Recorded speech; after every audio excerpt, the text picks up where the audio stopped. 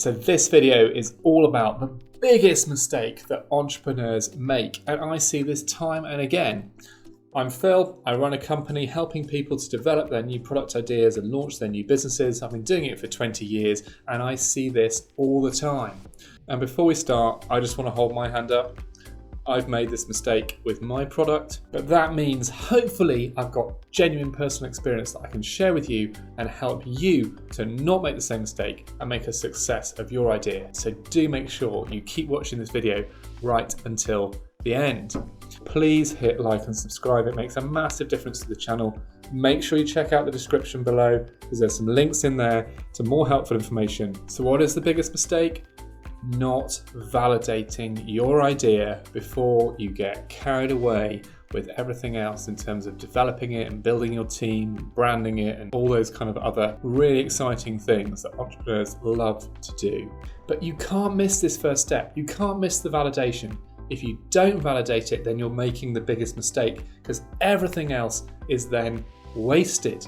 So how do you validate an idea? Well, make sure you're solving a genuine high frequency or high intensity problem.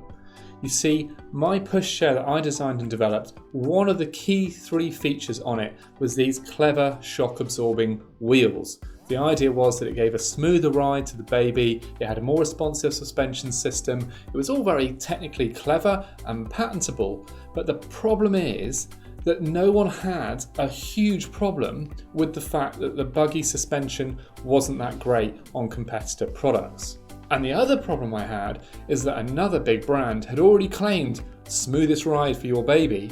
And so if I was competing against that marketing message, it was really, really difficult because I already owned that space. And I didn't double check those things. I didn't validate those things before going off and developing these amazing wheels and spending tens of thousands of pounds on tooling them and putting them on the product.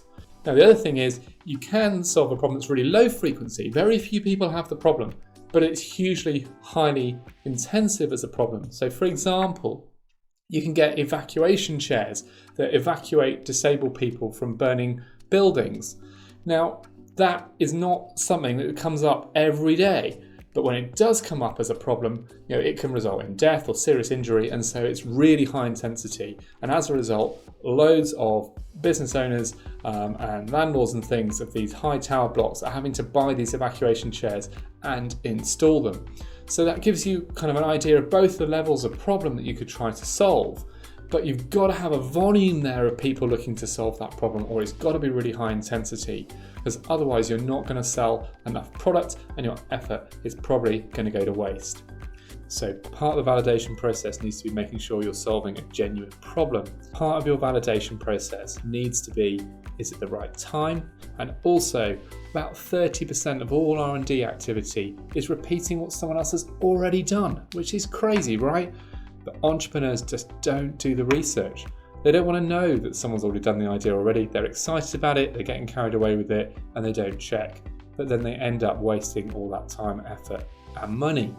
So you can pattern search yourself, you can do competitor product searching, you can look at what competitor brands are already launching in the marketplace, and try to ensure as best you possibly can that what you're doing is not already out there or already being done by someone else. You're never going to know for certain.